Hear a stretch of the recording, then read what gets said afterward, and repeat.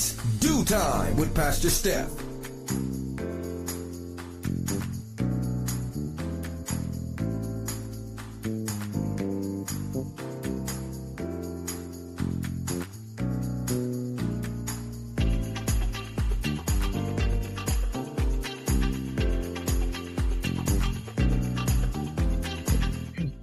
Good morning, good morning, good morning. Rise and shine.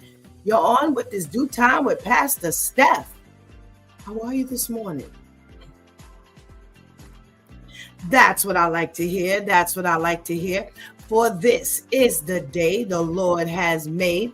Let us rejoice and be glad in it. So, where were you yesterday? Yesterday we had some conversation, and the topic of our conversation, there are reasons why God may not be answering your prayer. And excuse me, I've had this conversation with some people and they have gotten like indignant.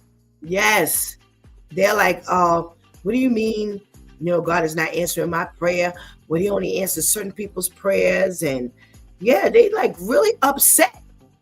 And I just fall back because one thing about me, I'm not going into any conversation battling when it comes to the Lord, because all I do is research what the Lord says. Now, there may be some things that may come down the pipeline that, might kind of seem a little different than what the Lord says. But if you go back to that Bible, I promise you, you will see some semblance of connection.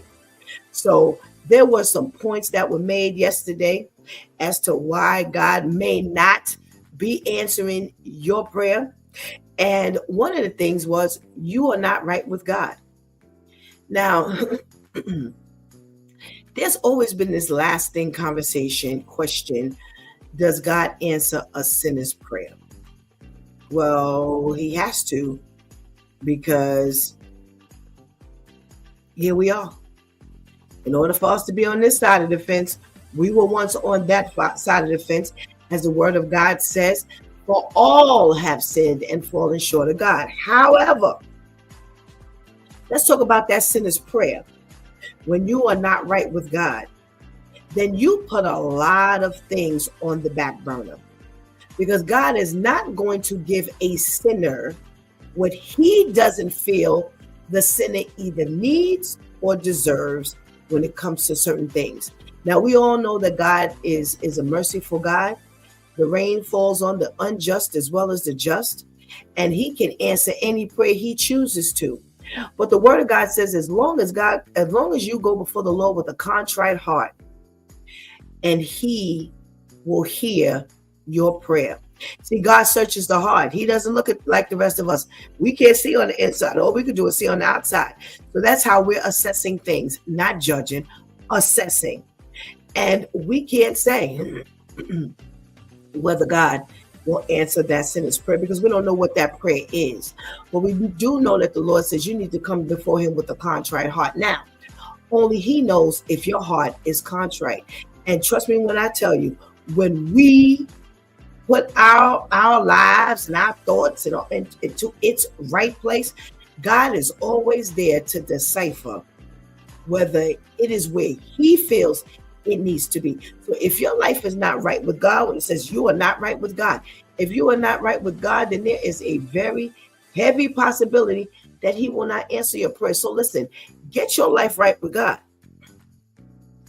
and the chances of your prayer being answered will increase. Something in you needs to change was the next point. Yeah, something in you needs to change. Because, baby, we cannot expect God to answer our prayer when we all twisted and messed up. No, there has to be some changing on the inside. And that's from the crown of your head to the sole of your feet. You're going to have to make this thing happen. God's just not going to be answering prayer, oh, willy-nilly. No. He's not going to just say, oh, you know what, you ask, oh, you my child. I'm just going to, no. You have got to make the change. You have got to do the things differently than you have been doing it. If there's no transformation, what is Pastor K always say? When there's no conversion, there's no conviction. So if we don't change, we're not going to be moved by anything we do. It'll always look right. We'll always have the expectation from God that's of God that says, well, you know what? I asked, he answered that prayer. Why he don't answer mine? Your prayers do not align with God's will. Again, if it's not what God wants for you, God is probably going to say no. But there are some times when you keep going back and he said no to him. He may not have said no to you audibly, but he has said no to you, and you keep going back. He'll answer that prayer, all right? And you'll end up in a whole lot of trouble. Yeah, he doesn't keep saying no all the time. Sometimes his no is no. Listen, God can behave and respond like your parent. You know, you just kept saying, Ma, can I have this? Ma, Dad, can I have this? Dad, can I have that? Ma, can I have this? Mommy, can I have this? Mama, can I have this?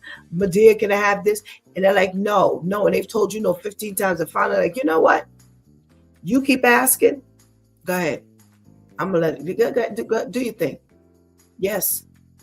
You ask around to those who serve the Lord and find out how many times they kept begging God until he said yes, and then they wish they had never asked God for that thing.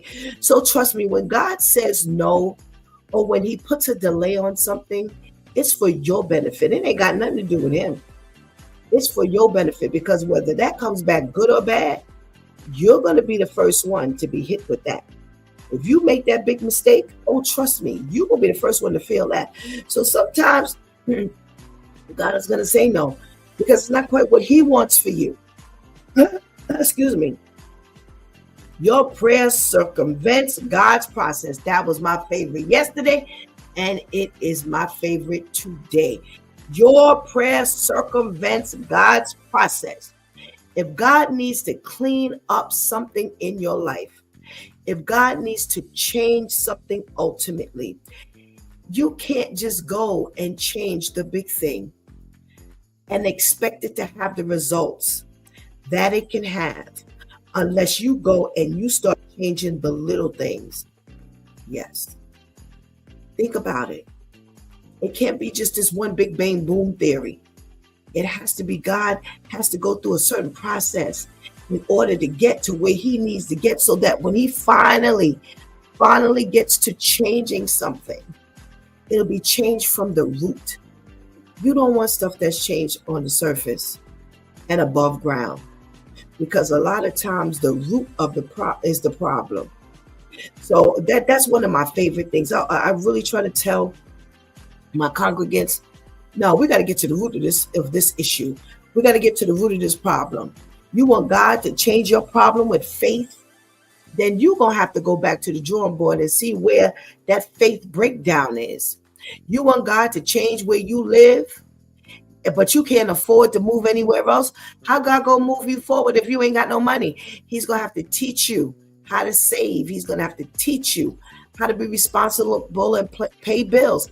He's going to have to teach you things. So there's a process involved. It is not just this thing where God's just going to start changing stuff and all you want is the change. You're going to have to wait and go through the process. And let me tell you something. When you expedite that process, you pay big time. So trust me when I tell you, you don't want these things. You don't want them. You want God to do the things the way he needs to do it.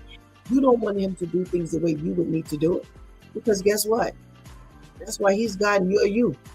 If you knew whatever you needed to know, if you could get through whatever it was that you needed to get through without God, then guess what? You can do it all. So go back to yesterday's episode, and I promise you, You're going to get some hefty word yesterday. They did a wonderful job in helping you understand why God sometimes does not answer your prayer. And I'm going to close with you. The Bible says, do not do anything that will hinder God from answering your prayer. You, not God, not your next door neighbor, not your mama, not your husband, not your kid, not your wife, not the boss, you. Today is Wow Wednesday, everybody. And we get to talk to the ladies today. So we are going to have our girlfriend Vivian and our socially conscious segment in 1 second. Go get that healthy breakfast. Go tell somebody, anybody, that is due time with Pastor Steph is on. And whatever you do, don't go anywhere because we will be right back.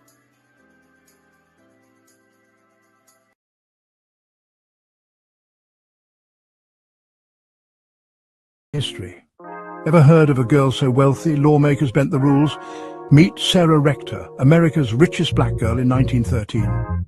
Sarah Rector was born in 1902, the child of formerly enslaved Creek Nation members in Oklahoma. Life wasn't easy, but fate had a surprise. In 1910, oil was discovered on land the government had granted her family. Suddenly, little Sarah was raking in $11,000 a month. Imagine earning over $300,000 today at just 12. Word spread like wildfire. Newspapers called her the richest colored girl in the world.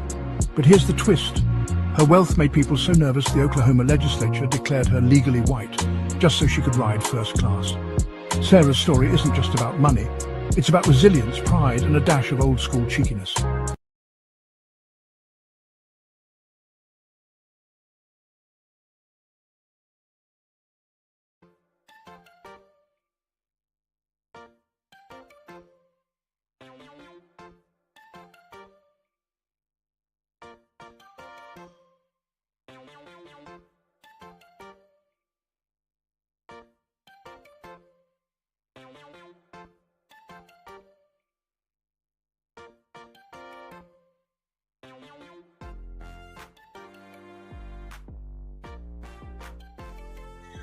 Good morning, and good morning again.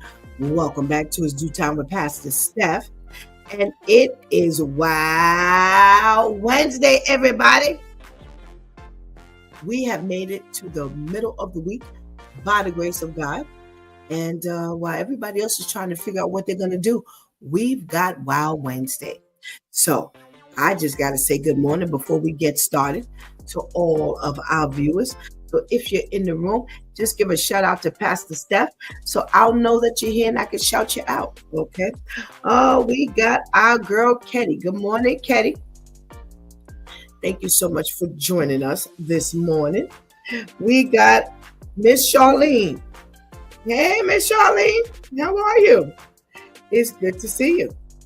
Thank you for joining us this morning. And we can't go any further without saying good morning to the ladies that hold us down each and every day. Shantice, good morning. Good morning, good morning. And we got our girl, Anika. Good morning, Anika. You already beat me to saying good morning. Good morning, good morning. Thank you so much for always holding it down. Couldn't do it without you. We're going to say good morning to Miss Grace. Hey, Miss Grace. Good morning, good morning. Glad that you're with us.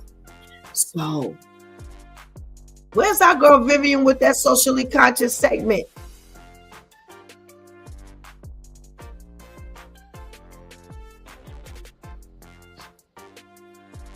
Good morning. Happy Wow Wednesday. How are you, Pastor Steph? I am well, thank you, Vivian. Good morning. How are you? I'm well, thank you. Good, good, good. You know what I always like to ask you? What you got for us today?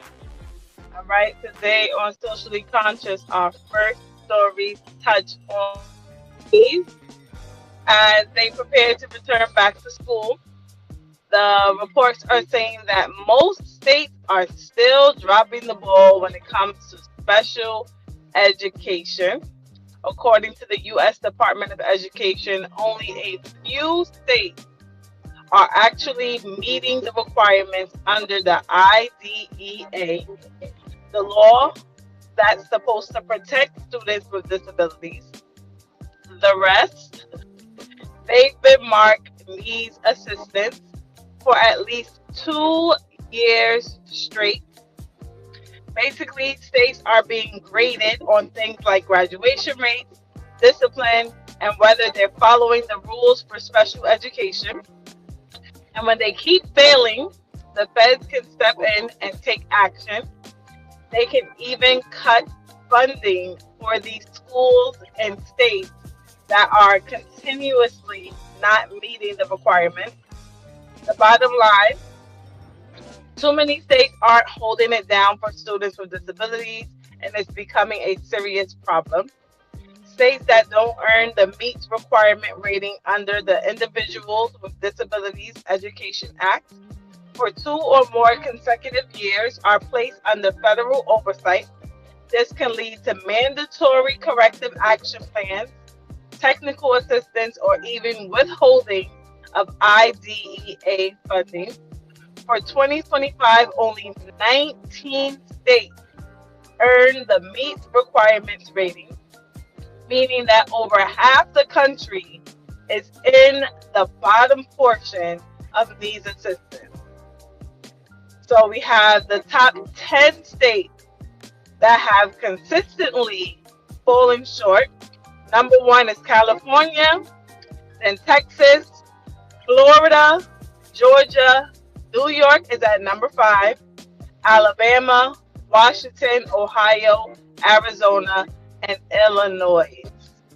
The 10 states that are consistently getting a needs assistance rating. Next, we have a new trend alert. They're saying that more and more parents, first we have the city school district, who is hosting a huge test drive a school bus event to help fill driver vacancies. Districts across the country struggle to find drivers. As we know, this is another year where they are short on school bus drivers as we are approaching the new school year. So they have decided to host a school bus drive event, or test drive a school bus event, where they will be handing out hot dogs and drinks and allowing people to come in. All you need is a valid driver's license, and they will allow you to test drive these school buses in hopes that you would be interested in becoming a school bus driver. They will have applications on hand for anyone who is interested, and they will be able to fill out these job applications and apply to become a school bus driver. They're saying districts across the country are still struggling to find drivers, with 12.2% fewer school bus drivers on the road in September of 2024 compared to 5 years prior. So again, at this event, you can actually get behind the wheel of and drive a school bus. Just bring a valid driver's license. They didn't say any special class, just a valid driver's license. There will be hot dogs and on-site applications, keeping it fun and easy to apply. Next, we have our new trend alert, where they're saying more and more parents, especially moms, are stepping back from work to support their teens. They are calling this let me make sure I get this right. They are calling this the teen-ternity leave. So this is a new trend that is going on. They're saying that there has been a big surge of parents who are deciding to leave their careers, leave their jobs in order to support their teenagers in this life. Why? Research is showing that the teen brain is still developing into their mid-20s, especially in areas tied to impulse control and decision making. Unlike parenting toddlers, they say, raising teens requires quiet presence, late night combos, real time guidance, and emotional modeling.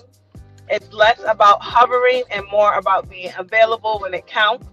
While not every family can afford this shift, of course, advocates say support for parents of teens like workplace flexibility should match the energy we give to early childhood.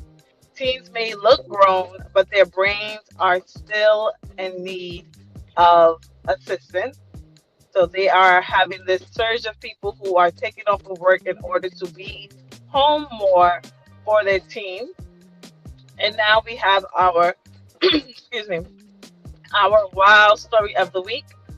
This week's wow goes to Long Island man who has been clearly just watching too much television.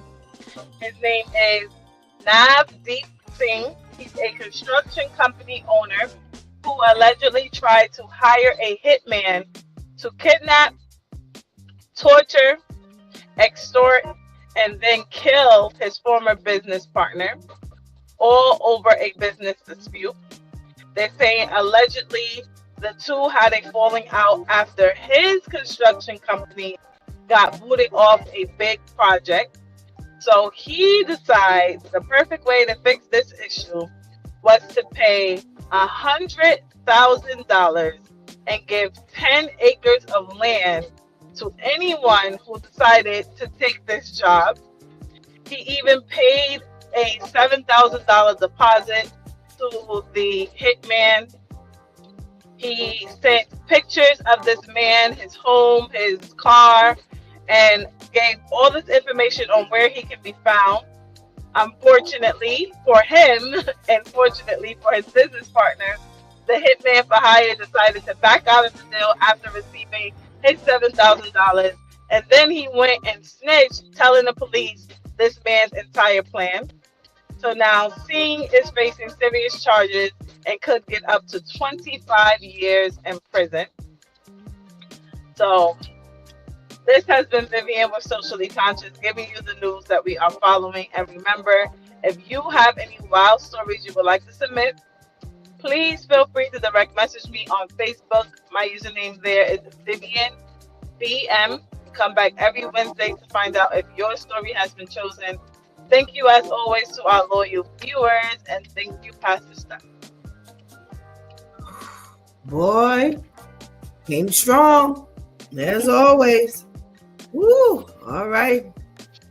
Well, let's get our ladies up on this screen. Let's talk to Lady Tamika.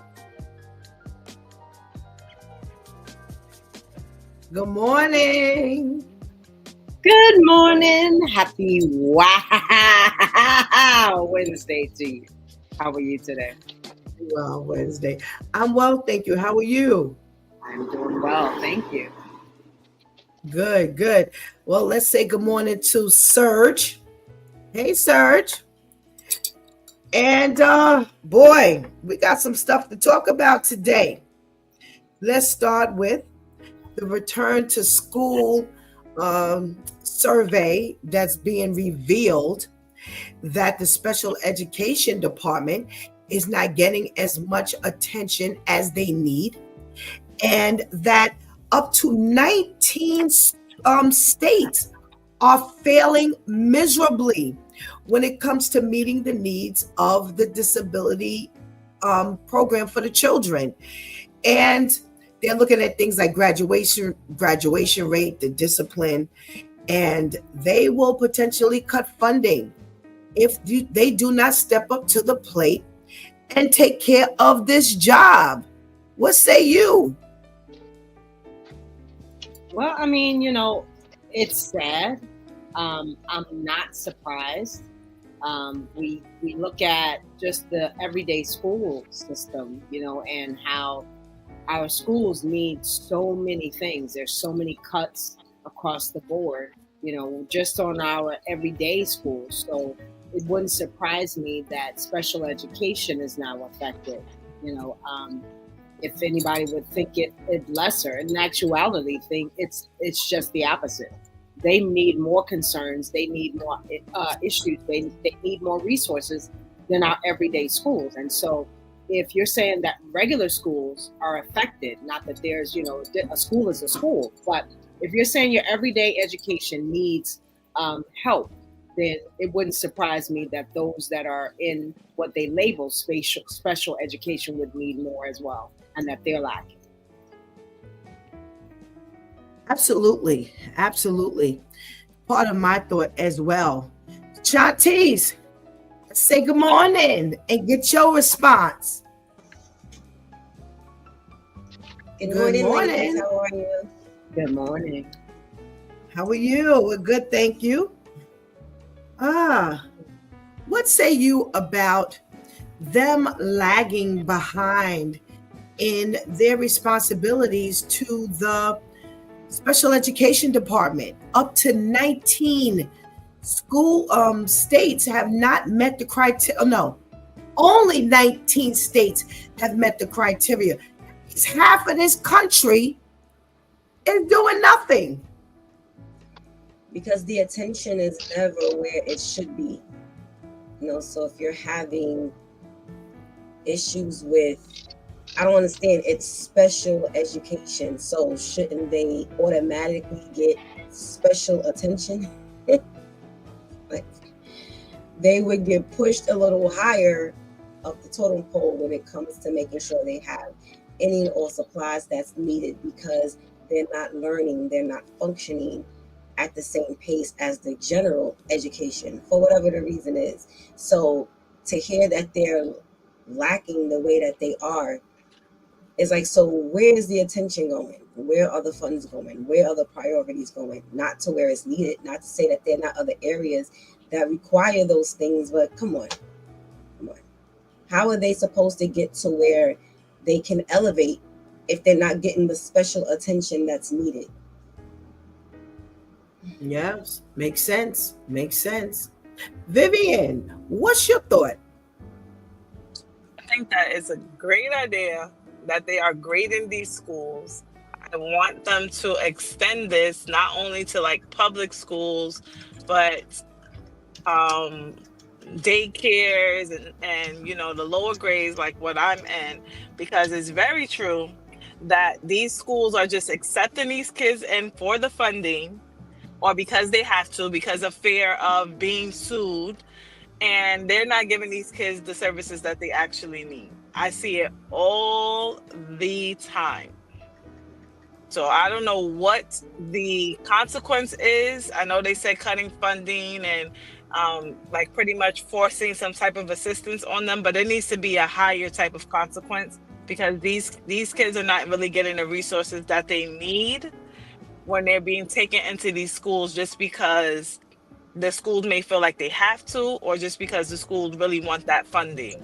So they need to find another way to get these schools to do what they need to do for these kids. Yeah. As you were talking, ladies, the thought came to my mind, kind of veering where Vivian went. And my thing is, if you're not going to, one of the punishments, Vivian, you said, we don't know the punishment. You're right. But to me, one of the punishments need to be, we just pull that from your school. We're not going to give you an opportunity anymore to fail at this. Why not open up schools specifically for these children? Now, I know they may not want to like ostracize them or put them over in one area, but give them to people who will care. There are people who are into the special education arena when it comes to the school. Why not just open up the schools? Because you don't want to put more pressure on the 19 states that are meeting the need. You don't want to overload them. So just simply open up different, like a school where everybody there, and you know what? Do it on a trial basis. Give them 50 kids. Break them up. If they can handle the 50, give them 60 kids. I mean, that may not make sense to, a whole lot of people.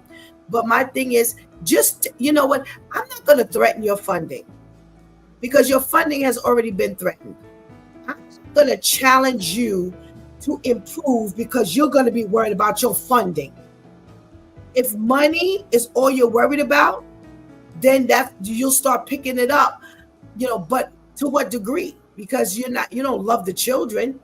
You don't care about the need. So just take it out to school altogether and remove the funding. Period. To me, why are we threatening? Why are we threatening? Because if you have not stepped up to the plate, they've spoken to you about this before. This ain't no first time. This is not like, we're not meeting the need. No, you've been seeing these grades now, and now the grades are being made public. That's what's happening. So no, I pull the program all together and begin to open up a new program. And you know this from the year before. Why you don't start this process from the year before? So I don't know if that would work, if that makes sense. But to me, I'm not fighting you anymore. You have given us what you care about. And caring about the children in the special education department is not your thing. Oh, well. Right. Bye. Wish you had done better. And they would never have an opportunity to get that funding back again. No. All right. The city school district across the country. Now, Vivian brought this to the socially conscious segment like 3 years ago. So this has been an ongoing thing with these drivers. So clearly the driver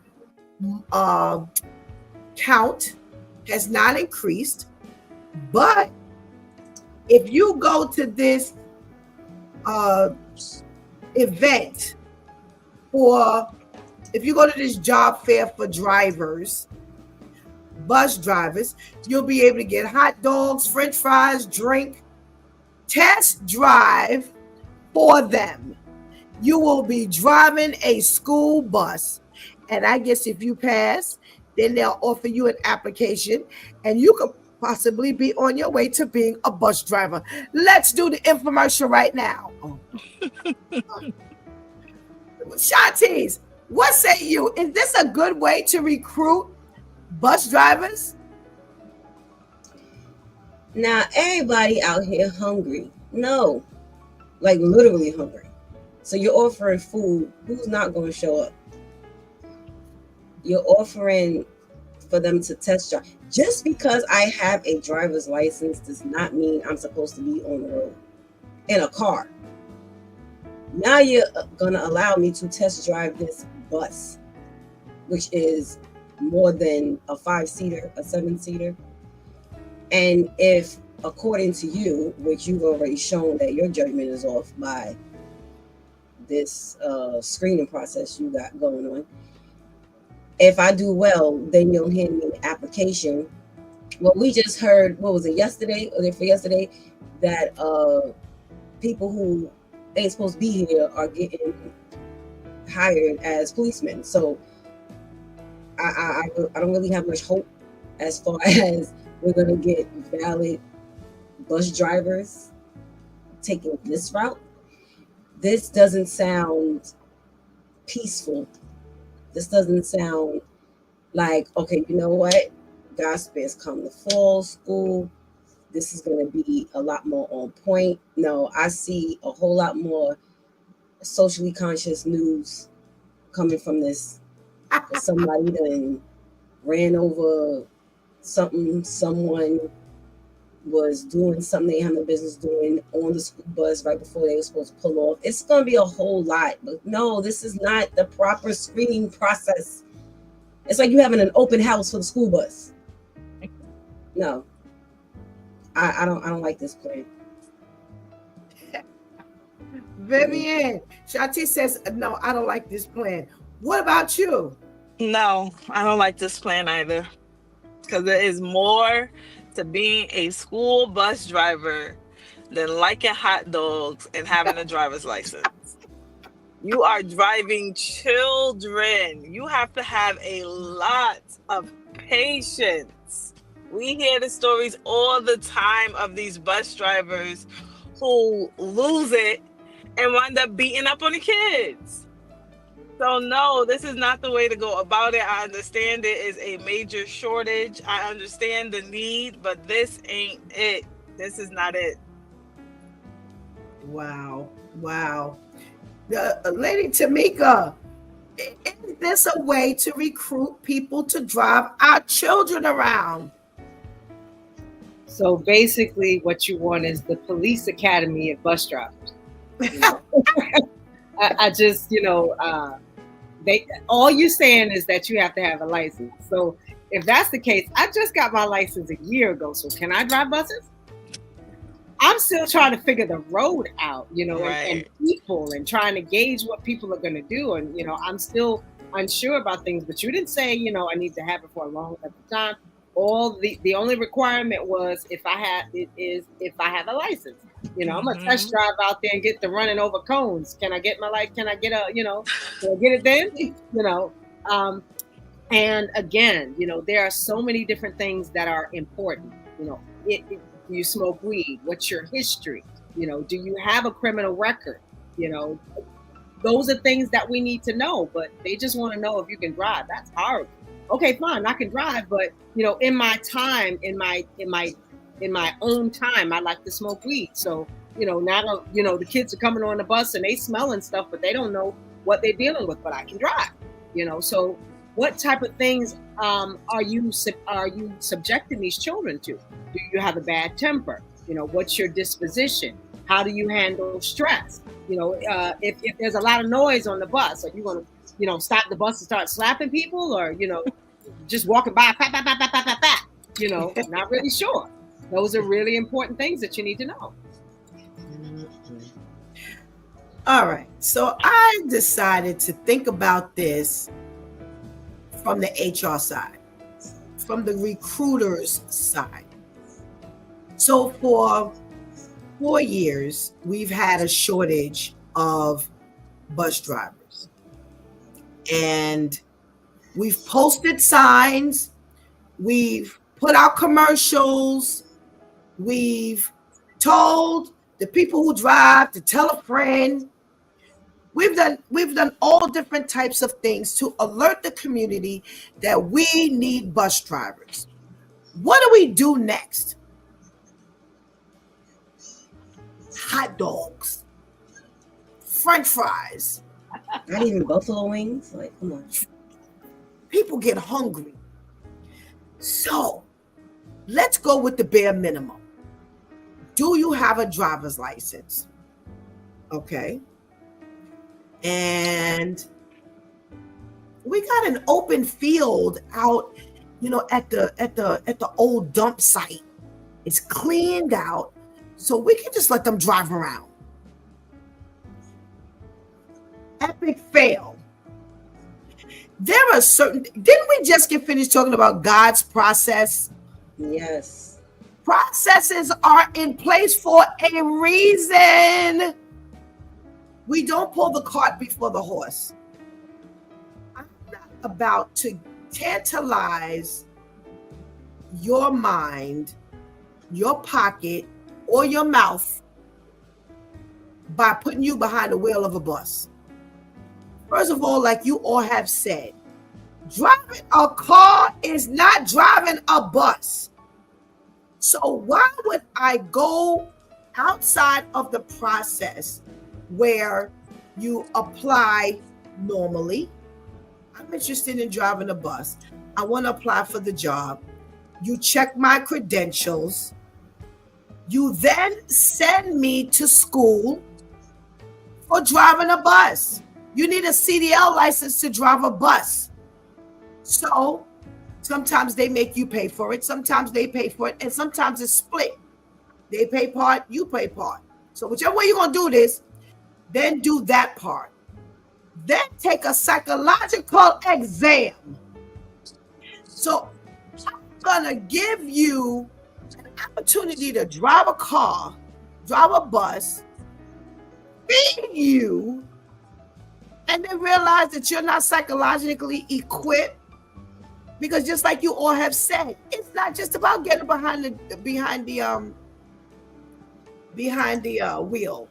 You know, you have to go through an evaluation, and you have to go through a background check. So why would I do all of this when all of that still needs to be done? Now, they don't say that they're not going to do that part of the process, but again, you're pulling the cart before the horse. No, that stuff is more important before whether you could drive a bus or not. So why would I even start there? It's like starting, you got to go through 20 steps, and I'm starting at step 15. We still gonna do 16 through 20. We still go through 1 through 14, but I'm just gonna reverse it. No. That's why we always end up behind the 8 ball. Vivian, the last story we did on the bus drivers, Vivian told the story about how the man was on the bus. He was a substitute bus driver, and he was going off on the kids, and the kids was showing this on the video. He smashed the kid's head in the seat. Y'all looking for that again? Because that's what you're going to get. That is what you're going to get. The substitutes. And just like Tamika said, I love it. The Police Academy. Shantice and Vivian, you're too young to know about the Police Academy movies. And these were all the cuckoo bird recruits who were out there. Yo, they were off the hook of these people who wanted to join the Police Academy. And they actually accepted them. So that's what they're looking to do now. And I think this is going to be an epic fail. You're going to waste a lot of money because who said everybody hungry? So you're going to go ahead out there. And this is not going. I really hope they give us the results of this school bus test drive event. You're going to see the results. No, I would love to know the results. Oh my goodness. The results are going to end up on the news when another driver smacks another student. This is horrible. I think this is a terrible way. We got to check it from our girl, Teresa. Hey, Teresa. Good morning. Good morning. Oh, my goodness gracious. All righty. What's next on the agenda? Now, this one is really interesting. So it looks like they have some form of FMLA type of thing, or you could just drop back from your career or your place of employment to focus on your teen, because the teen's brain is still developing into your 20s. And because you need to care for your teen, because they need more time, more hours, more attention, you're going to let go of your place, your employment, your income, or you could focus on your children, but teens in specific. Vivian, where are we going with this? I think it's a good idea, but if it's not going to be accessible to everyone, then that's not fair, especially because a lot of the times it's the children on our side of the fence who need this type of thing, especially coming from a father figure and things like that. So I agree that oftentimes, my nephew, I remember when he was first having a hard time in school and got introduced and got into drugs and things like that. His mom was working just way too much to really even be available to him. And it would have been nice for her to be able to take off and give him some special kind of care and attention that he needed at that time. But it's not feasible for us. We can't just take off work for the duration of our child's teen years in order to support them in that way. So it's a great idea, and it's nice for those who can afford it, but it's not going to be accessible to everyone, and that's the issue. All righty. Tamika, what's your thought? I think it's a beautiful thing, if you can do it. But the thing that I recognize about FMLA it's basically just a place saver. It holds your job. It doesn't. You can come back from FMLA and not have anything to start with, almost as if you're starting a brand new job. And so if you can afford to take that time out, I think it is a beautiful and amazing thing. However, most people, especially on our side of the fence, have so much pressure and so many different things that they're involved in that it becomes unrealistic, in some in some aspects. I think again, if you can do so, then yes, it should be open to everyone.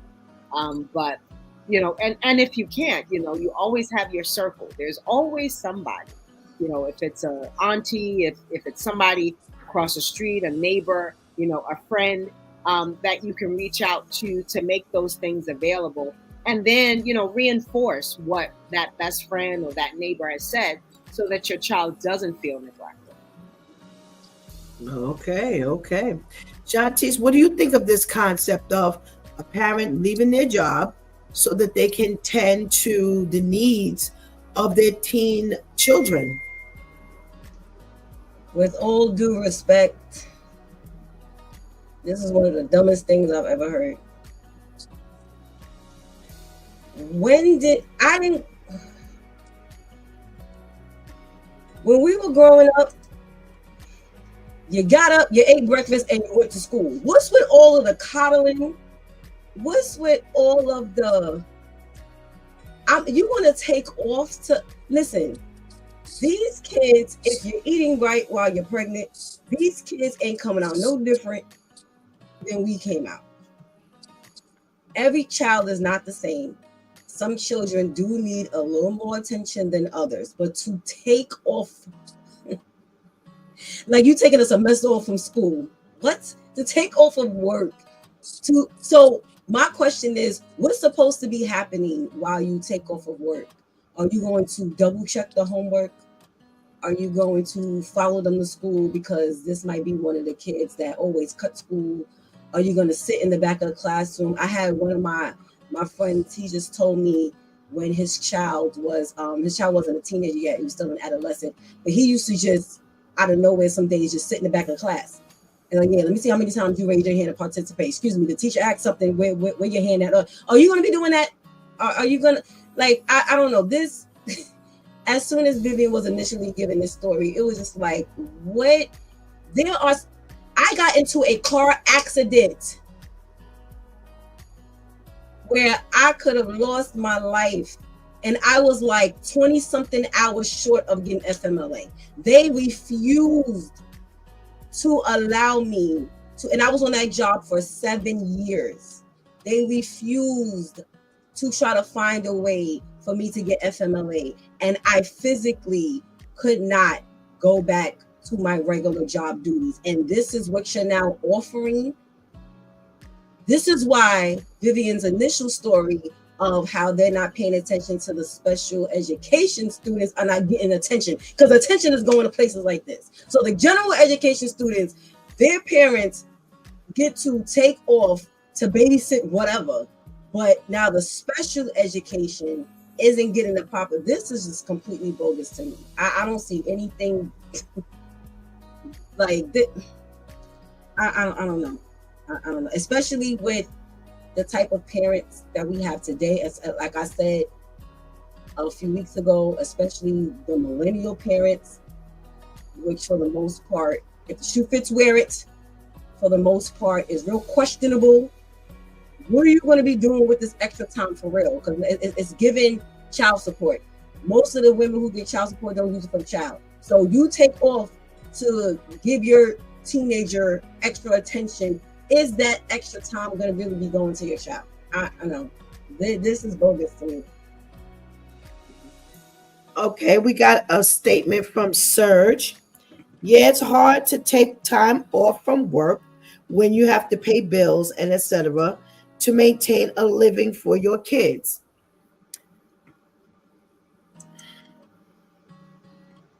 Okay.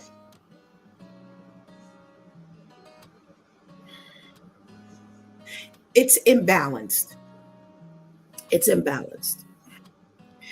It's funny that Shantice mentioned about if you ate properly when you were pregnant, because my mind more specifically went to, okay, so Vivian just got finished talking about a dynamic in the school where the children are not getting the attention they need.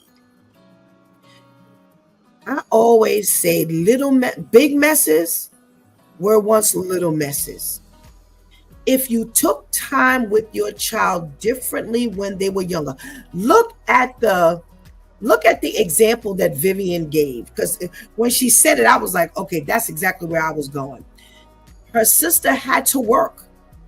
So the amount of time that he needed from her in the younger years,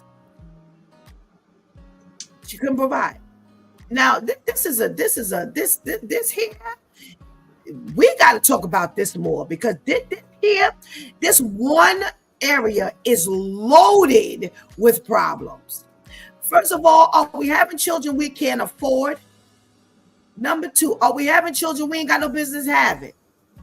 Number three, are we having children, and even if we're economically stable, but we're not stable, is that adding to the problem? All of these things exist. You just can't wake up in somebody's teen years and say, I'm going to take off so that I can spend more time with you, so that you can become a better person, because your brain is still developing into your 20s. This ain't just started happening. Our brain's been developing, and we've talked about this here before. Why? Remember, that's one of the reasons why they took the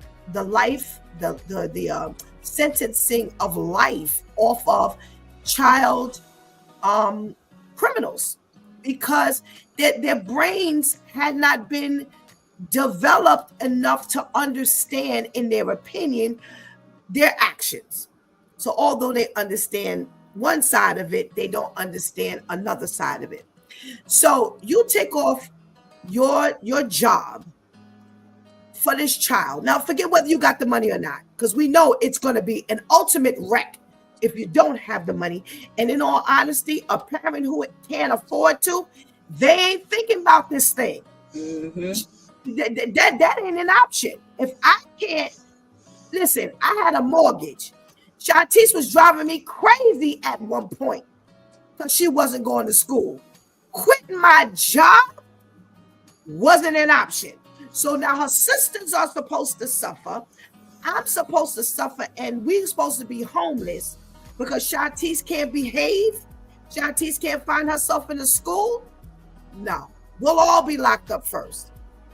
So that's not an option. That's not an option. A parent who can't afford it, like Sir said, like you all have said, you can't afford it. That's not an option. So let's talk about a parent who does have an option.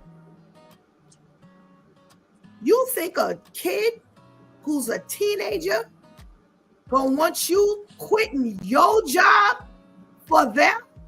Because if you quit your job for them, guess what you're doing? You're knocking on the door all the time. You talking about let's go this place or that place all the time. You want to check homework all the time. You want to visit the school all the time.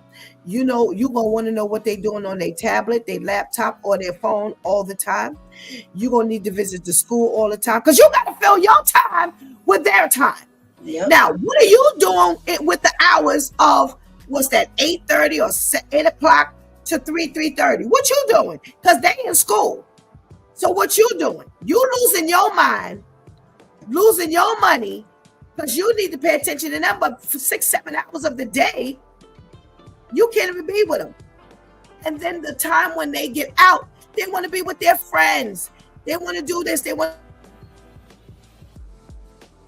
You're going to only be a thorn in their side. So saying it's a bad idea, the concept is good. But the likelihood of success, in my personal opinion, for teenagers, do you realize how unstable a teenager is? Kids don't want you to be around them. So when you're supposed to get this hands-on done, do you see this hands-on being done, Tamika?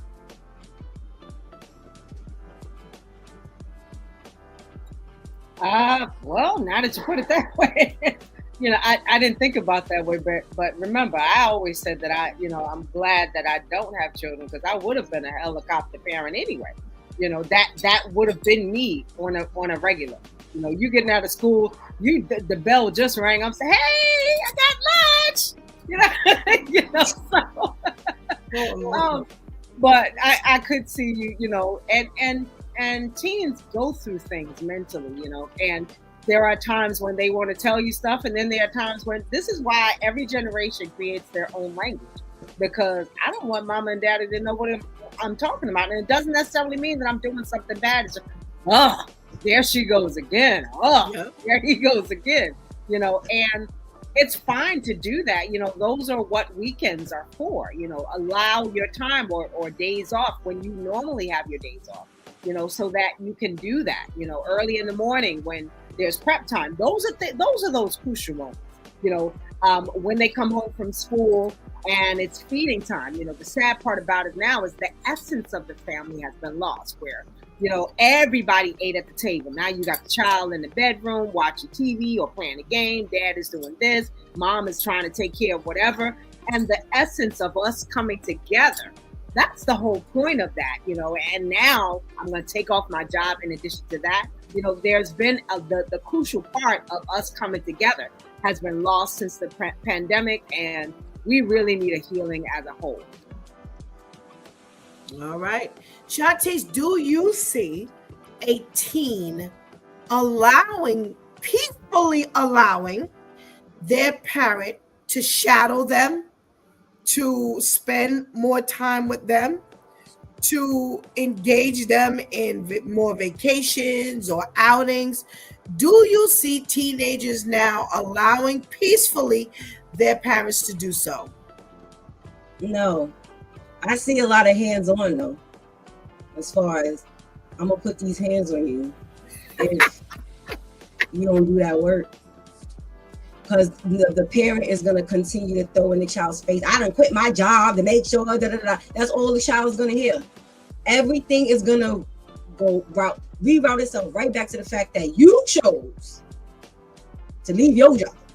I ain't asked you to. But I'm going to have to always hear, excuse me, don't be going to grab that water. That's just like how I have to leave my job.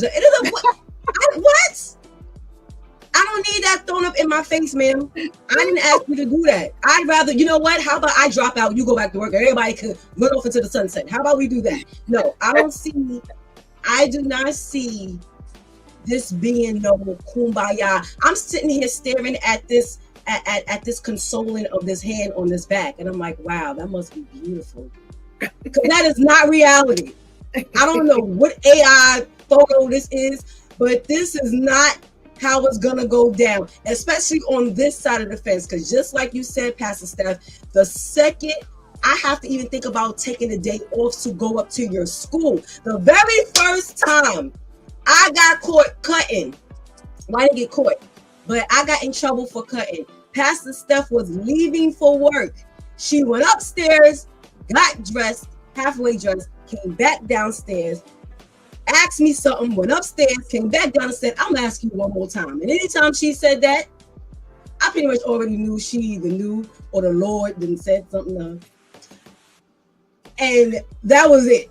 It was over, because her whole thing was, and she said, if I go up to this school, that's all I kept hearing. If I go to the school and hear something I could have heard here, or I'm gonna take off work to take a trip up to the school and hear something I could have heard in this house. Absolutely not. This is why you're gonna die. No, we're not doing that.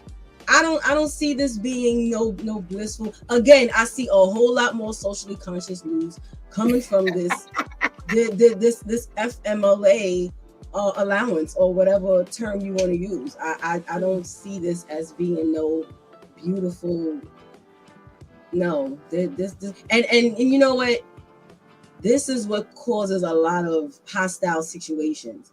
because they enforce these things. And it goes back to one of the things Vivian said, is it's not offered to everyone. And because people are going to try to misuse this, now they're going to fight for this to not use the time the way that they should. No. All righty. Good morning to Pastor KL. What it do, crew? Good morning. Good morning. Good morning. And we got a good morning from Nakia. Good morning, Nakia. Good morning. Thank you for joining us this morning. We're talking about our socially conscious news, an element in the socially conscious news that said that parents, there's an opportunity for them to take off, or they've been, something's been presented for them to take off work and spend more time, not take off work, quit your job, pretty much, or your career, so that you can spend more time with your teen, because the teens need more time. Teen need more attention because they're going through different things, because their brains are not finished developing until the age of 20. And one of my thoughts was, I don't see your teen even allowing you to do this. Vivian, do you see the teens these days allowing you to kind of shadow them and give them that extra attention? No, they're not going to allow it. They're not going to like it. But some of these teens still need it. If it has to be to where, like what Shanti said, the father was sitting up in the back of the class watching the child. I'm sure that child didn't want him to be there.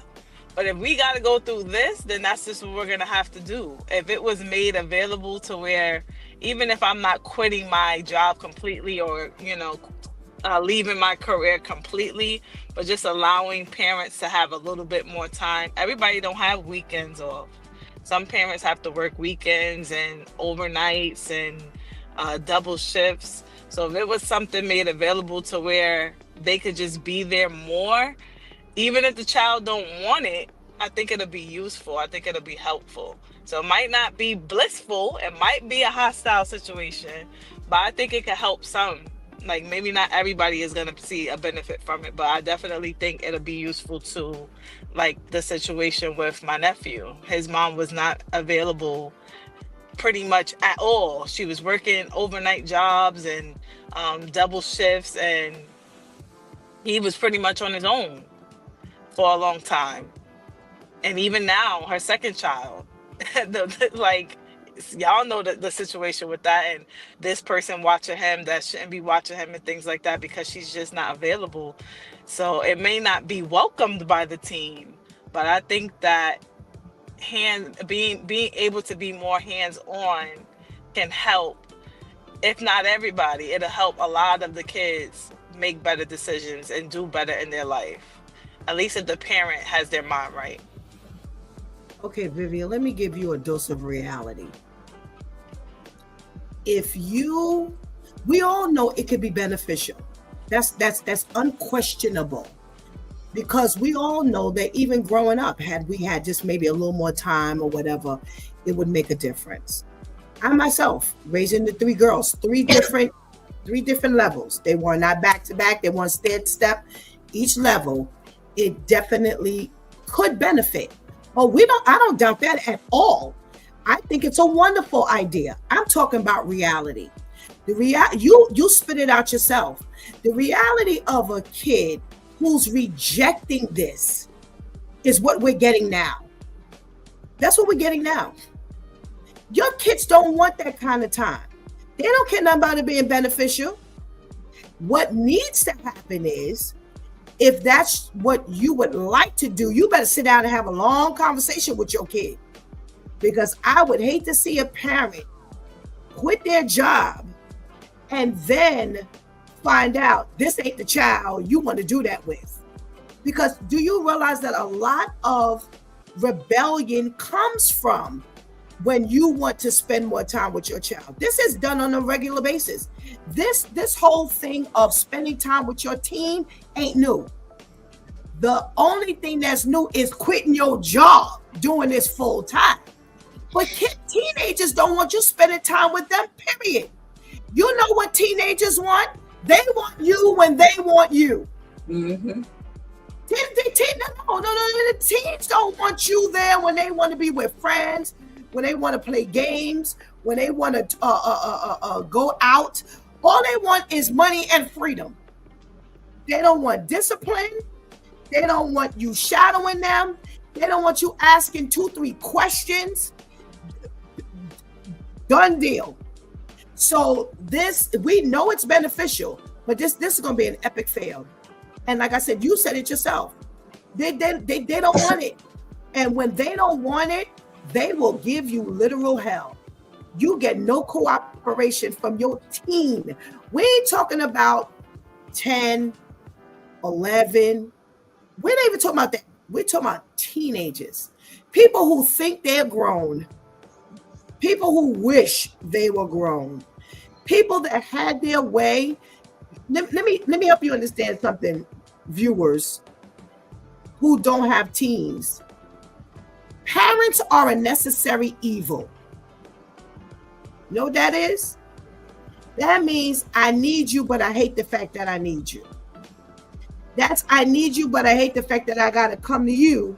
They don't hate you, but they hate the need. Because what happens is, it goes back to what Shanti said, where now that means that I got to invite you into my world if I need you for anything.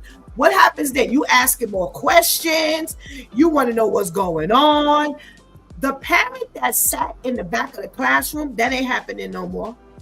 They're not allowing you to sit in the back of no classroom. Mm-hmm. They're not doing that. That is not happening in schools. That was a school of yesterday. And it was probably very effective back then because kids were different back then. These kids now, that ain't happening. That is so not happening. So it like I said, it's a great idea. I admit that it's a wonderful idea. If you can, you can financially afford to quit your job so you can spend more time with your teen. That is wonderful. If your teen will allow you to spend that kind of time, but that's when teens are finally trying to find themselves.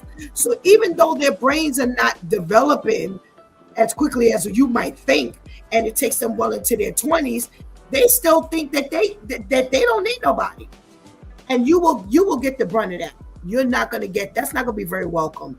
So I hope that, if you decide to quit your job, and you can, God bless, but you better have that conversation with your kid, because you'll be begging for that job again. I hope that they don't fill that position, because that ain't happening at all. It's going to be like COVID. Okay, right. People realize who they were living with. Right. Absolutely. All right, our wow story of today: a Long Island man who owns a construction company. Whoa, talk about brain going awry. Hired a hitman to kill his partner, offering $100,000 plus 10 acres of land. And if that ain't something that you want to give or receive, you receive. Well, unfortunately, after sending pictures and information about the partner and giving up, what was that, $7,000? The man, the hired hitman, decides to renege and then go rat the construction owner out. Is Tamika in the room? No. Okay. All right. So Shantice, now you know about wanting to get some revenge. Pastor Steph, stop conjuring my once upon a time. Like, wait. How much was it for the hit? 100,000. Yes. 100,000 and land, right? Yeah, 10 acres of land. And 10 acres of land. Well, that's why he snitched. You're supposed to give a 50% deposit, bro. What happened? Now I know I've had to take remedial math since elementary, but 50% of $100,000 is not $7,000. So you just paid him to tell on you. That's what happens when you get cheap. Okay, you cannot tell someone you're gonna give them that amount of money and then come with 7,000. Because now you seem sus. I may not get the rest because I didn't even get the full deposit. I'm telling, because I can take this money, and then you end up snitching on me and turn this whole thing around like I was the conspirator. No. We just gonna bypass all the middle people, and you gonna be the one to go to jail. And then, so the money and the land. I guess you figure you could throw in the land because you were paid to build on it. People so stupid till they dumb. It's like you would have did better till they dumb. Yeah, you this to where you didn't think about giving up the 50%, and all you could have did, you probably just could have walked up to your partner and smacked him and scared him enough that he would have given you whatever you wanted, and that would have been the end of that. How much time would you have gotten for just smacking him? All of this you haven't learned. I don't remember who. I think it was you, Pastor Steph. I think it was either earlier this year or last year sometime where you did a story on someone being hired to take someone else out, and they told. The ones who got hired told. It was multiple. It wasn't just one person who was hired. I think it was at least two, and they snitched. So you don't watch no First 48. You don't watch no news. You don't do no research. You don't do no character study. No nothing. You just woke up and said, "I'm gonna pay somebody to kill him," and this is why you're failing. Because had you done your research, you would have saw the other two who snitched on the one who hired them, and you would have changed your mind and just smacked them yourself. This is just crazy. So now you're gonna go to jail for how long? And be out of $7,000, and be out of not only a job, but he was running a place, right? He owned a construction company. Yes. This is why you're so stupid till you're dumb. You weren't even a regular employee. You were owning the business. You know how much construction workers make? That is a job where you will always be employed. This is what happens when the special education doesn't get. His mother was probably one of the ones who took off from work to give more time to him as a teenager. This is crazy. All right, Bev, what you got? Smart move? No, I was saying the same thing. Of all the things you could have done to get back at this man, you plan to have the man kidnapped, tortured, extorted, and then murdered. All because you lost out on a job. He ain't take your company. He took a job. Now you going to jail for possibly 25 years or more. All because you lost a job as a construction company owner. That was dumb. Even had you gotten away with it, what would that have solved? Now you're going to have to hire another hitman to kill this hitman because he going to blackmail you because he did the job. So it's just like, that was not a plan. That was just dumb. That was absolutely dumb. Not smart at all. That's what I thought. I'm like, okay, so when does the hitman hire stop? Right. Because you're going to have to keep covering your tracks. So the first thing I thought about was what Shanti said. I'm like, well, wait a minute. Normally, you always hear these stories as 50%. You didn't even give like a quarter of the job. You didn't even give 25,000. So yeah, I wouldn't trust you either. Because how do I know that you wouldn't turn this whole thing around? I don't know. So that's the first thing. I was like, well, listen, if you're going to pay, then pay. Get the job done, then you got your portion to do. And when I heard that he was supposed to kidnap, torture, this and that, I'm like, what? There's so many ways you could have gotten back at this man better than this. You really went through all of this. And wait, when was the last time we heard a hitman for hire worked, y'all? Right.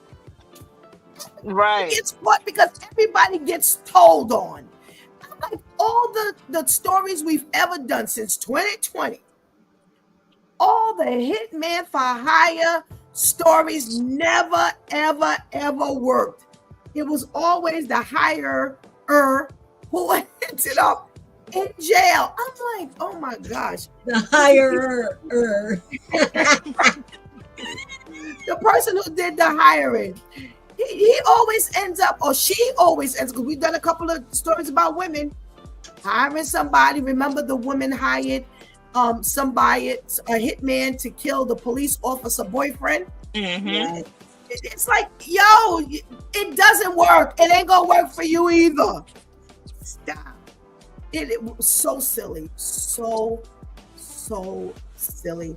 And that's when I thought about, okay, so if you had gotten away with it, that's one of the reasons why he didn't pay a quarter, because see, now you got to take that money and hire somebody else to kill this one.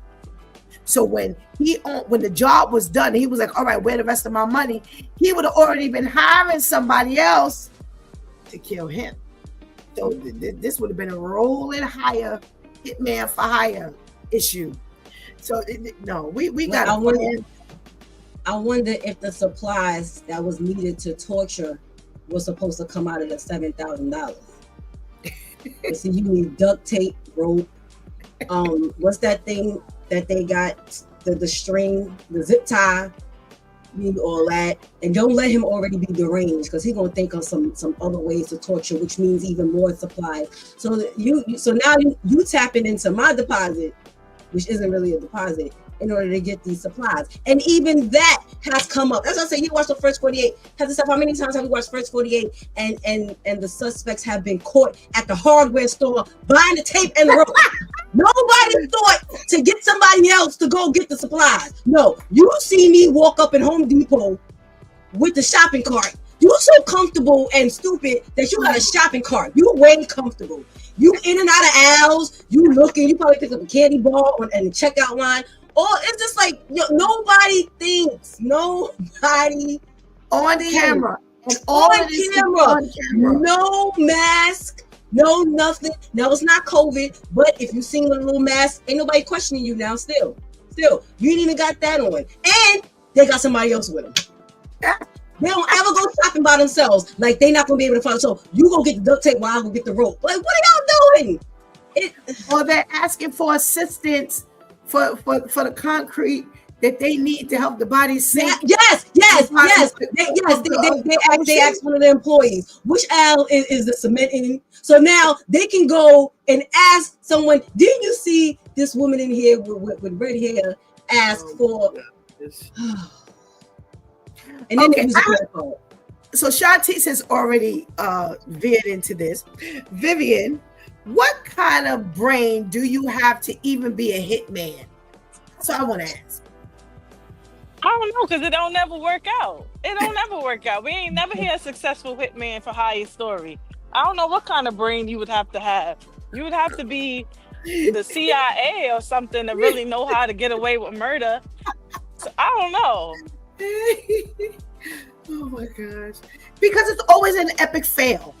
Always an epic fail. Somewhere along the line, you didn't slip through the cracks on something. You done left a cigarette in the car with your DNA on it. With your DNA. You done left the receipt somewhere. It's like always. That happened too. Mm-hmm. What'd you say?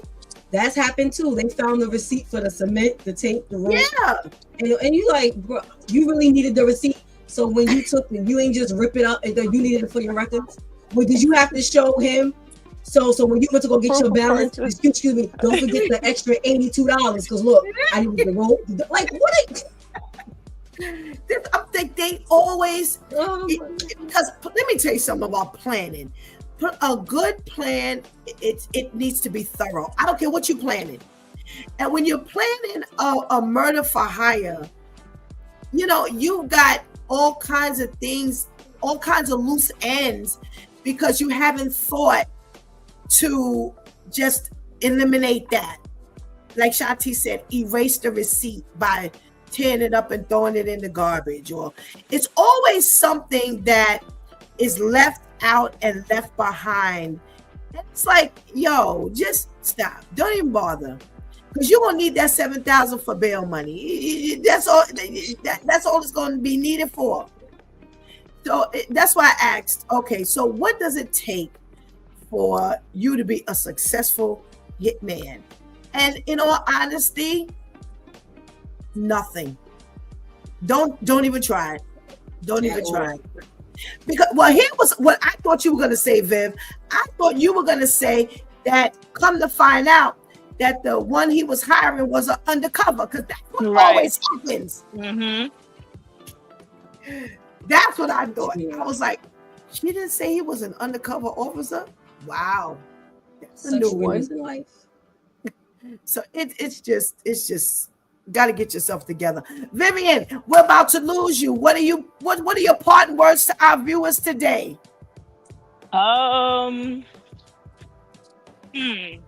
What story? I would really like to focus on the special education. We just had a parent come into the church, and they had a child in that category and wanted to know more information. So, in that sense, I just say make sure that you're being more involved, because a lot of the times the schools put on a good front. I know for sure a lot of the schools I have worked for, somehow, some way, they have convinced these people that if you put your child in this school, they're gonna get all the services they need. We're gonna do this and do that. But make sure you're involved, because a lot of the times they give you a good show, but behind the scenes, your child is not getting the services they need. So make Wow. sure that, especially since New York was number 5, they ain't talking about a specific school. They said the state. Right. So you right. have to be more involved in your child's education. You have to be more involved in what's going on, and make sure that if they say this is what's happening for your child, this is what's actually happening, or else you're setting your child up for failure. Amen. Amen and amen. Maybe what we can do is, what we did, what teachers want you to know. Maybe we can do it again and Yeah. bring up, and focus on this in particular, because this would be definitely a wealth of information from those of you who know Vivian. So That would be a good idea. yeah, that we're gonna touch on that on a day when Teresa's off, and she can really be of good assistance with you on this topic. But thank you so much for your contribution into today's conversation, and we pray you have a blessed day. Thank you. You as well. Have a good day. Thank you. All right. So our socially conscious is always so, it makes you think. It really, really, really does. When Vivian says to me, Pastor, I can't do it because I have something, I just cave. Because I could come up with news every day, Monday, Tuesday, Thursday, and Friday. But when it comes to the socially conscious news, I can't find nothing like she found. I'm like, where do you go? Do you have an arsenal or something that you go in specifically? Because I cannot, I always say, Shantish, you do it. I can't. It just doesn't work. She always comes out with the best socially conscious news. And Vivian's been pulling up socially conscious news since we first started back in 2020. So you're talking about 5 years of just being on it. So great job as always. So we've got a little bit of time to have our, additional conversation as we always slide into on Wednesdays. Shantice, what you got today? I was thinking about like paying attention to people's intention. Like paying attention to people's motives, their plans, their ideas, because people still tend to believe that their intentions are concealed, and they don't realize that, especially now, God is allowing things to be unveiled a whole lot quicker than yesterday. So once upon a time, you may be able to say, oh, this is what I want to do, but you really have other intentions.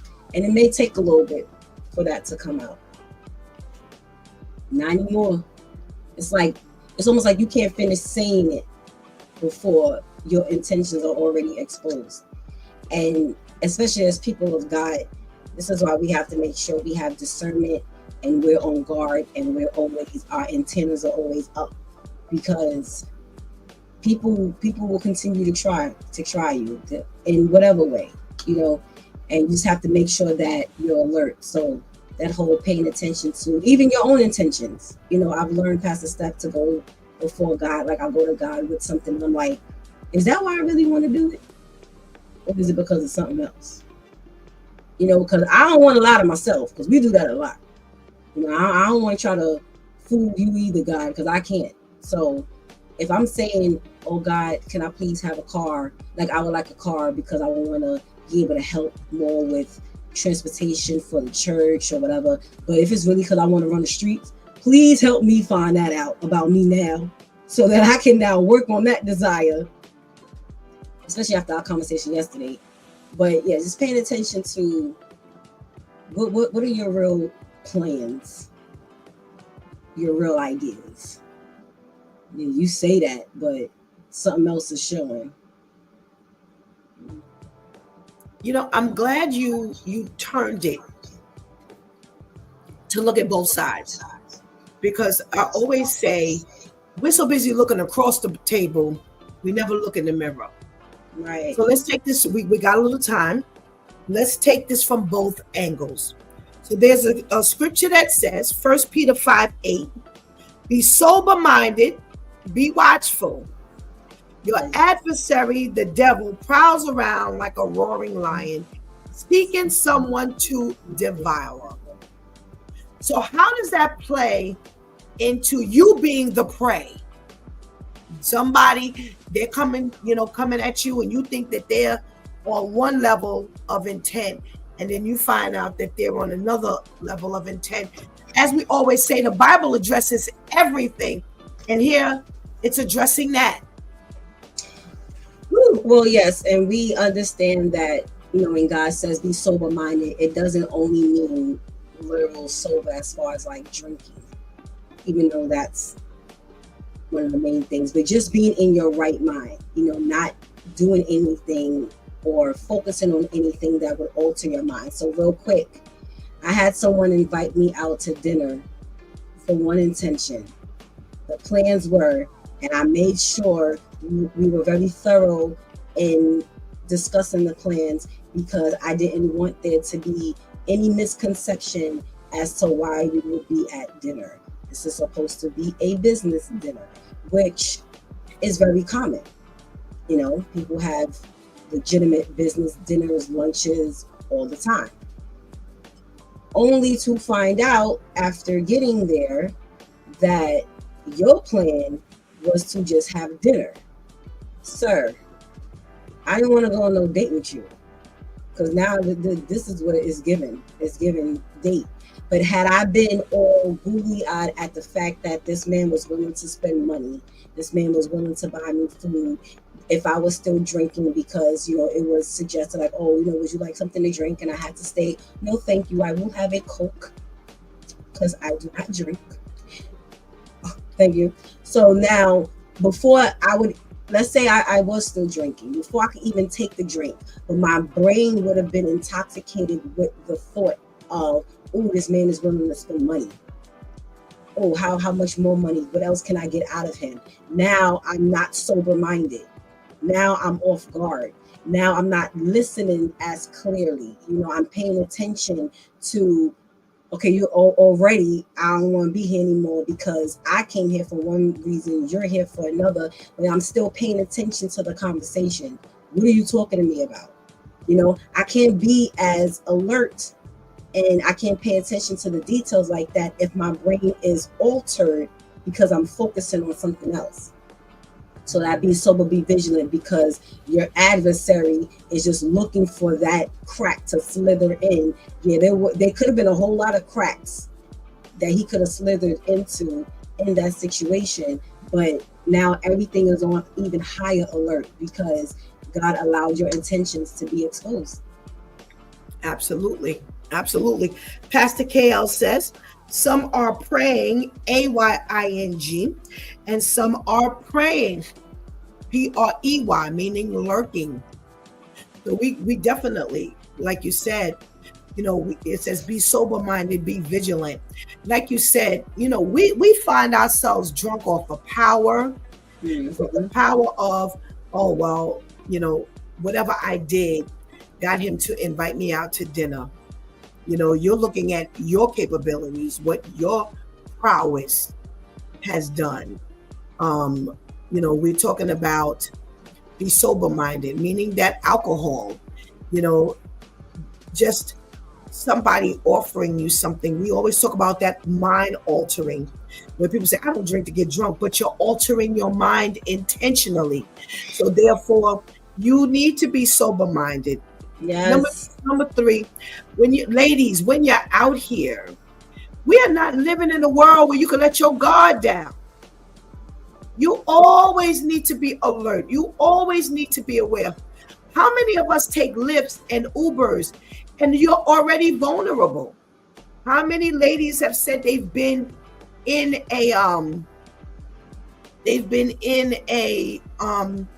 vehicle and he sprayed something, or he locked the door, or he was going in the wrong direction?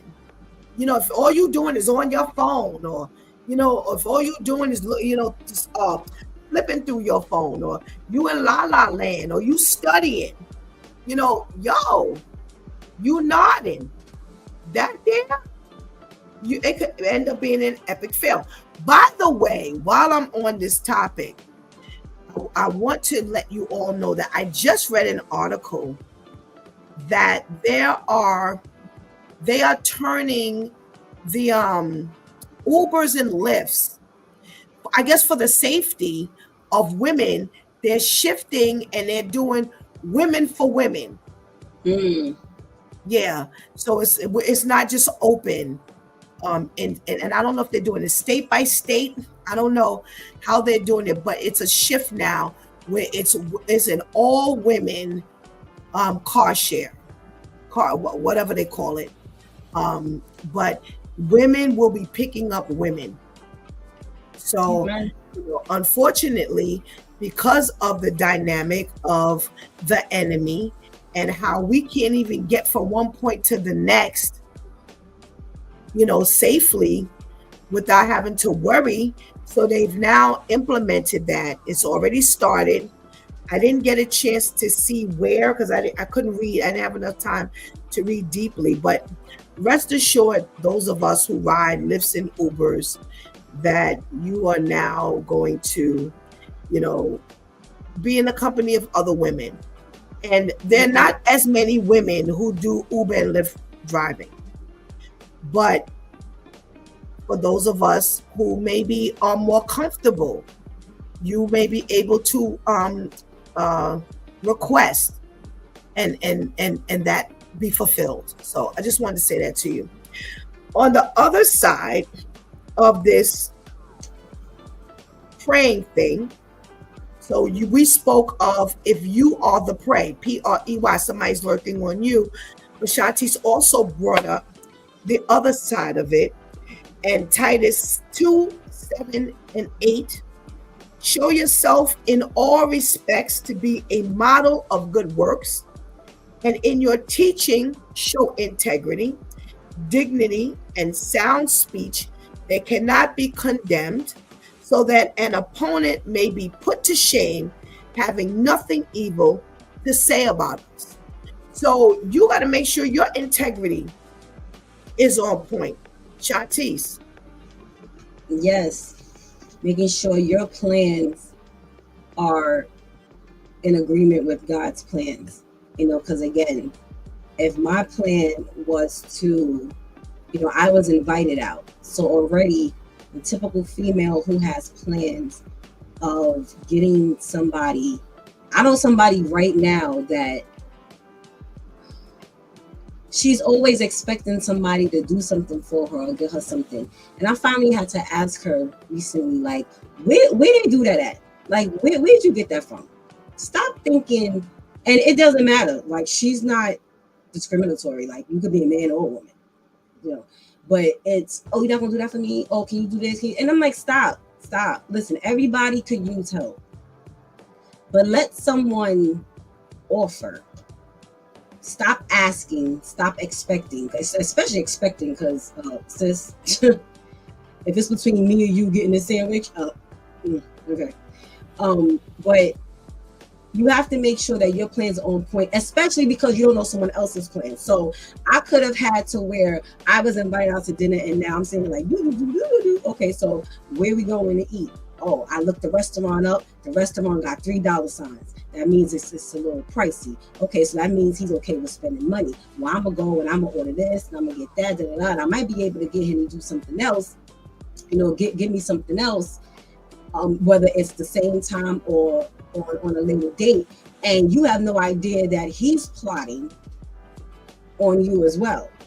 And someone else's plot is always greater than your plot. Okay, so while I'm sitting here thinking about how I get for money, he's sitting here thinking about how he can do some other things to me that would take my mental and my physical down. So while God needs us to focus on integrity, our doing things right, whether someone else is looking or not, is what's going to help us stay alert. It's what's going to keep those antennas up. Anytime my plans or anyone's plans now go for how I'm going to get so-and-so, your antennas go down because now you're not on alert for their plans. You always have to pay attention. Again, living life is like driving. I can't drive for me. I have to drive anticipating how someone else is going to drive. That's how we have to live our lives. I can't live just for me. So when I hear, I would like to take you out, hold it. First of all, we're already talking right here, bro, but we need to go out for it. But if I'm already thinking something else, how can I be on point? So what I'm thinking when it's just me and God has everything to do with what I'm thinking when I'm around other people. There's no such thing as two different thoughts. It's the same thing. How do you address when someone's intentions aren't right? There's no cookie cutter because everyone's intention. So if you're, I always tell people how one of my friends, he would ask, he would be going to the store and he would say, hey, I'm going to the store. Would anyone like anything? And we would be like, no, thank you. He'd be like, oh, thank God, because I ain't have no money. And I'd be like, so what? Listen, you ain't gotta sweet talk us, okay? Just say, I'm going to the store.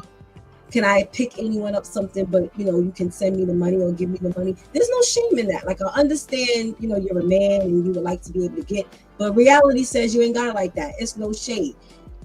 You would address that different than the man who invites you to dinner for one reason, but really it's to have sex with you. That's two different, dynamics, but it still needs to be addressed. Also, do you know the person? Do you already have a relationship with the person? All of those things you have to take all of those things into consideration as far as how I now address those things. When I was invited out and I realized the intentions were different, I could have blown up and, for some reason, I just felt stay composed, still be alert, but it's time to end this dinner. It's bye-bye time. It's get the check, suit up, and go bye-bye. But you have to have that discernment on how to address it. But it does need to be addressed because it's always a lesson for you and for that other person. You don't address it, then the lesson can't be taught or learned.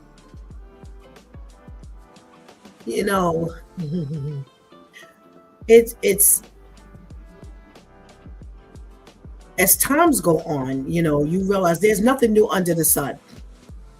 Men inviting women out and these days, same sex invitations are very common as well. Right. But when people are invited out with an ulterior motive, it's not new. It's been going on forever. It's been going on a long time. But as people of God, and that's what we always talk about here. How do we handle things in a godly manner? Sometimes we're very, very we're prone to just blow up, and we're prone to be angry and respond accordingly. But how important is it for us to always respond in a godly manner? So, somebody would have sat across from that on that table, like, yo, you brought me here, da da da da da da da da. Then you could understand. You could definitely understand. Because nobody likes to be duped. Nobody likes to be taken advantage of. No one likes to be given a false impression. No one wants to be lied to. So we definitely understand that you want to blow up. However, how do we handle it in a godly manner so that that person understands what they've done?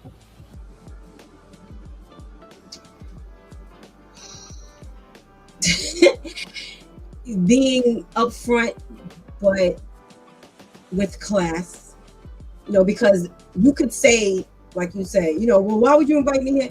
You can say those things. The tone of your voice makes the difference. Your body mannerisms make the difference a lot of the times. Well, all the time. It's already a hostile situation because already you're annoyed. And they'll be sitting there like, well, what? And that will make you even more annoyed because now you acting like you wouldn't understand why I'm upset. But your poise, the posture of your intentions, the posture, so am I now addressing this because now my intention is to embarrass you or to make you as upset as me? Because now you invited me somewhere. So already it's almost like you have home court advantage in a sense. I'm not necessarily trapped, but at the same time, we're not on my playing field necessarily. So all of those things have to be taken into consideration as well. And again, some people, as crazy as it sounds, they really don't think they're doing anything all that bad. Like, okay, so we agreed that we would meet up to talk about this, but we're not. However, we're still having good conversation. And you could be sitting there like, I don't care about none of that because the intentions were such and such. So a lot of times you can throw someone and now they're not hearing. And this is something I've had to learn the hard way after years of blowing up. All I focused on was the fact that I'm now reacting to what you said or done. So if you didn't say or do this, I wouldn't have to react. So shut up and take my reaction however I give it to you. Okay, but I had to learn that people tune out when you respond a certain way. So you done yelled and you done said a whole lot of valid things that are correct, but it fell on completely deaf ears because all they hear and see is the tone of your voice, your body mannerisms, were you foaming at the mouth because you was all that mad, and were they embarrassed? So now they focus on the fact that they were embarrassed. Like that's all they hear. And now you're mad on top of being mad because they didn't hear any of your plight and your points were not hitting, which is the whole reason why you even took the time and energy to deliver, regardless of your delivery. So you have to make sure that you're tuning into, because afterwards I was getting a little more upset as time went on. Like even going to bed and then waking up the next day, I was very uneasy, very unsettled. But then thinking back to at that time, I felt so composed, and I know that was Jesus. But it's like afterwards, it was like, wait, you have like those, wait a minute. And you like go back. And it's like, I've been saying, Pastor Steph, I know you remember, it's like a lot of times, sometimes God has things going over my head, because if he allows me to catch on to certain things in that moment, it's over. It's I'm reacting how I'm going to react, and it is what it is. So you really have to fall back and allow the Holy Spirit to have complete control over setting the tone in those situations. You have to. Amen. Amen. Thank you so much, Shantice. I'm sure there was a message for someone who's listening or watching. And thank you so much for bringing that up, because it's really important that we understand that. So we thank you for your contribution into today's conversation, and we pray you have a blessed day. Thank you, you too. Thank you. We got a comment from Serge. I say if you're going to trip worldly men, and he paid for it. Please, ladies, tell this before y'all. He shouldn't expect anything in this trip. So in other words, be open. Be open and honest. Make sure when you talk, Serge is right. Make sure you make your intentions known. Serge also says, because men expect something out of the trip, but inform him before you go, or make sure. Thank you, Serge. Thank you for that piece of advice from a male. We appreciate that. Thank you. So just make your intentions known from the beginning. Well, it's funny that Serge should mention make your intentions known, because that's my thing. You don't prey on anyone else. It's very uncomfortable to be preyed upon. You don't like it. It's rude. It's disrespectful. And when you look up and you feel like you've been swindled, that's one of the worst feelings, because then you feel vulnerable. And now going forward, no one gets what God has from you for them because of how many times you've been duped into doing something, or so forth and so on. Well, let's talk about it from the spiritual side of you being a person of your word. The Bible, there's so many scriptures that talk about you being a person of your word. Such as let your yeas be yeas and let your nays be nays. There's another verse that says, don't let any corruptible talk come from your mouth. Outdo one another with love. It's like several scriptures that address this particular area of your integrity as a Christian person. Sometimes you find that the most or the least integral person is a person who's supposed to be in the Lord. Whether it's a pastor, whether it's a minister, a preacher, just a regular congregant, people have expectation when you're in those type of roles, or when you are supposedly walking as a Christian person. People have expectation. But more than anything, God has expectation. Don't double talk. Don't talk, you tell one person one thing, but you tell a person another thing.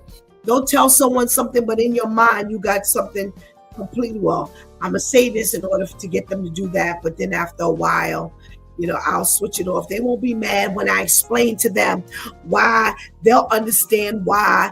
They'll get it. No, that's not up to you to make that judgment call, because you could be doing a lot more damage to an individual than you could even imagine. And you don't want to be responsible for anyone's downfall. One of the things that I always say is people have a habit of, they know you're a Christian person, but they'll rile you up. They'll keep pushing.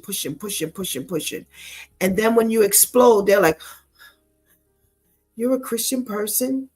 Yeah, everybody has their limits. Well, that's the way people expect you to behave when you're offering things, or when you're doing certain things, or when you're in certain arenas. They expect for you to always act at your best. Is it wrong? No, not at all, because that's what God's expectation is. We are the peculiar people, so we're supposed to act differently. And by all means, we need to act differently. So we already know that the sinful person, the non-believer, is capable of anything. So like Shanti said, she was invited out, and she thought it was for one reason, because that was the perception. That's what the person said. But only to come to find out that you're sitting across the table, and this don't feel like some work conversation. This doesn't sound like a work conversation. A whole lot of work put into this place where we're sitting in, but that's not my goal. if you were interested in me, why not just say it? I would love to take you out to dinner and deal with the potential. No, thank you. Nobody's going to get mad because you offered, especially when you made your intention known. Well, that's what God needs from us. He needs for us to make our intention known. We have no business operating in that manner with trying to make a point, with a goal. No, we are always supposed to have our integrity sitting up front. You cannot hide from God's people. You cannot be sneaky with God's people. We have to be upfront. And for those of you who find that a challenge, we just got finished with the conference. The struggle is real. These struggles are real because that may have been you before the Lord snatched you up. That may have been you before you answered the call to God. And God needs to work on that. But here we talked yesterday about the process. So you may not wake up one day with your integrity intact. There may be a process to this. So that's why we need to make sure I close every day with strengthen that relationship with the Lord now. Because when you make that connection to God and your concentration and your focus is just strengthening that relationship, God can get to the root of why you have a problem with integrity.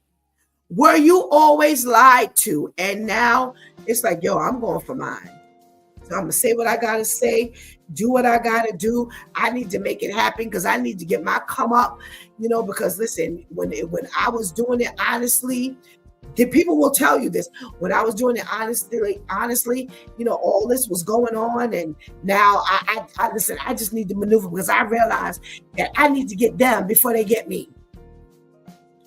God needs to work on that. He needs to work on that mentality. He needs to work on that hurt. He needs to work on that pain. But the only way he's going to do it is if you strengthen that relationship with the Lord. So I'm giving you like an understanding as to why I make sure I close out with that. Because, most people just say, give your life to God. And they forget that there are people who have already given their lives to God. And they mean well. They're trying to get this done. But because the struggle is real, they're not thinking thoroughly. And God is breeding thinkers. He wants us to think about everything. Well, how are we going to do that, Pastor Steph? We ain't God. God says, be ye holy, for I am holy. We have a whole lot of room to act righteously. But do we do it? Are we still leaning on the fact that we're just human? Are we leaning on the fact, well, the enemy exists for things like this? Are we going to continue to lean on, well, it says that the enemy is praying and, I'm just not delivered yet? No. God says that if that's who he is, then you can walk in that, not in perfection, because we are not God. But listen to me. When the scripture said, let us make man in our own image, we have capability of being like God. Why would God say to us, be ye holy, for I am holy? He's telling you to step your game up. Stop falling by the wayside, looking at the way everybody else is doing stuff. Because it's comfortable, because it's convenient, because the only thing it will do is leave you hellbound. And is that what you want? At the end of the day, after you have decidedly chosen God as your head, we cannot live both ways. We cannot straddle the fence. We cannot be here and there. We cannot be over there and back there. We've got to stand our ground and know that that God has expectations for Stephanie, and I'm going to live up to those expectations. I don't care what it takes. I don't care how hard it is. I don't care what else is around me. I don't care. If you have ever paid attention to Shantice and some of the things that she has said, it would have been very easy for her to sit there and go with the flow. Very easy. not because she was, lewd or, nasty, but if you need to go back and listen to some of her testimony. And she had to let God take over, because we can't.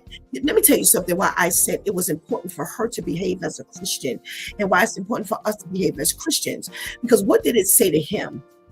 Without you actually saying certain things, and with you saying certain things, where did it leave him? Did it leave him to think about, the next time I invite somebody out, I will be respected more because I was honest?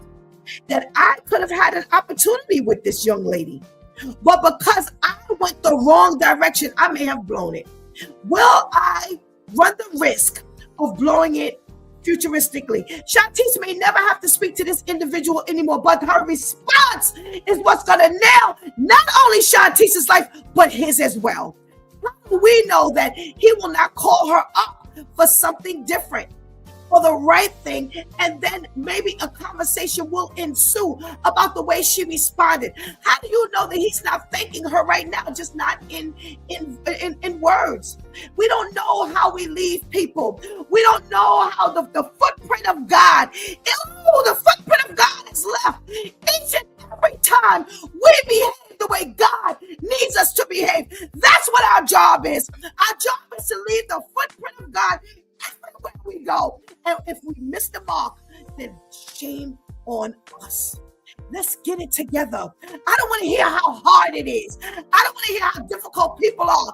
That ain't got nothing to do with you. There's nothing to do with the call on your life. Let's get this together.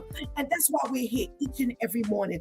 We don't come to you each and every morning with a scripture. We don't come to you each and every morning with a Christian dilemma. What we do is God has given us this world. God has given us this world to look at and to see how the world is responding to the things of life.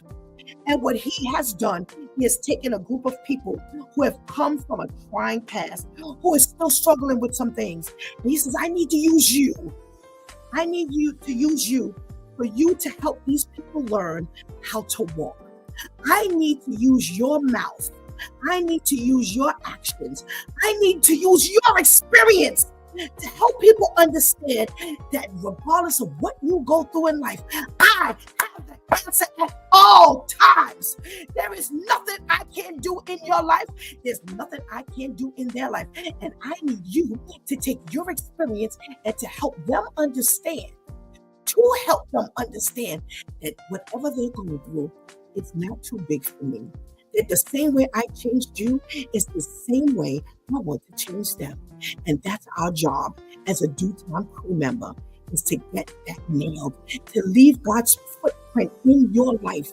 And if you listen every day, your entire body, from the crown of your head to the sole of your feet, will have God's footprint on it. Is that what you want? Do you want God's footprint all over? Do you want God's footprint on the inside? Do you want God's footprint on your heart, on your spirit, in your mind, coming out of your mouth, going in your ear? Do you want God's footprint? Well, that's what we're here for. To help you go through life's most difficult challenges. We may not nail your experience, but conceptually, we've touched on your experience. So I invite you to please, if you do not have a church home and you are in the metropolitan area, put that phone number up there for me, Shantice, please. 513-900-1141. Give me a call. If you need prayer, then give me a call. Let God know that I'm reaching out. God, I've heard enough to know that I need your footprint from the crown of my head to the sole of my feet, from the inside to the outside. And I need to reach out to people. I am so grateful to be on here with you every morning, because I'm going to tell you something. I don't even know what I would be doing with my life. I can't even remember what I was doing with my life prior to May 11th, 2000. Whatever it wasn't more important than spending each and every morning with you. Please tell a friend. There is somebody you know who needs God's footprint.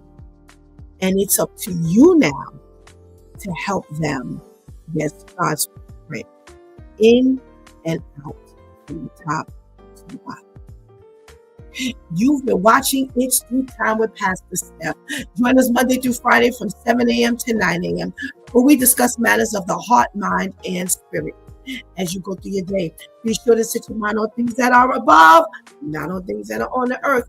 It will only serve as a distraction.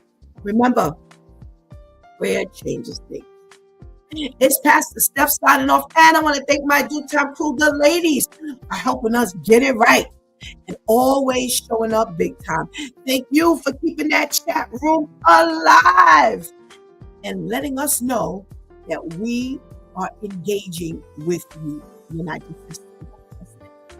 Please do not miss this opportunity to give Christ your life right now. Please do not miss this opportunity to strengthen that relationship with the Lord right now, because later is not promised to you. Until tomorrow, God spares, where it's Therapeutic Thursday. Until then, I love